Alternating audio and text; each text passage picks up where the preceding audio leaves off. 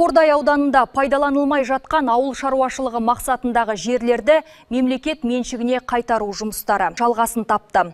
Қайтарылған жерлер кімдерге беріледі? Оларды игеру тәртібі қандай? Сюжеттен біліңіз.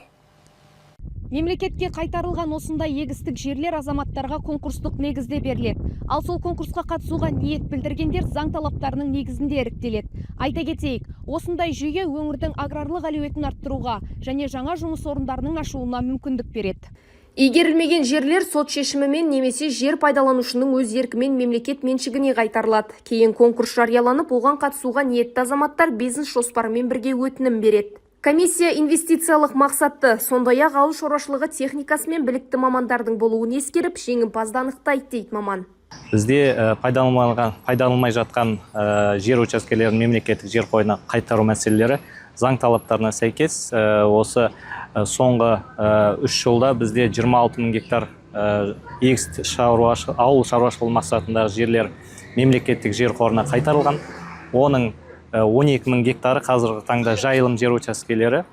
Мемлекет меншігіне қайтарылған учаскелер заң талаптарына сәйкес конкурс арқылы ауыл шаруашылығы өнімін өндіруге ниетті азаматтарға беріледі. Басты мақсат игерілмей жатқан жерлерді қайта айналымға енгізіп, олардың тиімді пайдалануын қамтамасыз ету. Мемлекеттік конкурстан былтыр осы 12 гектар жерді ұтып алдық. Содан осы 12 гектарға арпа сеуіп, 25 тонна егістік өнім алдық. Енді бұйырса келесі жылға тағы бидай сеуіп, соны ары қарай жалғастыруға ниетіміз бар, жоспарымыз бар. 2025 жылы осы өкіметтен қайтарымсыз жерлер алғанбыз, игерілмеген жерлерді игеріп. Биылғы жылы жақсы, сол жерлерді игеріп жатырық. Алдағы уақытта жерлерімізді көбейтіп, егістігімізді көбейтсек деген мақсаттамыз. Биыл жақсы жыл. 200 гектар жерді игерілді.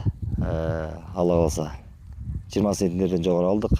Өкімет тарапына рахметімізді білдіреміз. Игерілмей жатқан жерлерді қолдайтын кәсіпкерлерге беріп, сол жерлерді игеріп жатырық. Айта кетейік, жерді алғаннан кейін оны мақсатты пайдаланып, белгіленген мерзімде игеру міндетті. Қордай ауданында бұл бағыттағы жұмыстар кезең-кезеңмен жүргізіліп, мемлекет меншігіне қайтарылған алқаптар қайтадан ауыл шаруашылығы айналымына енгізіледі.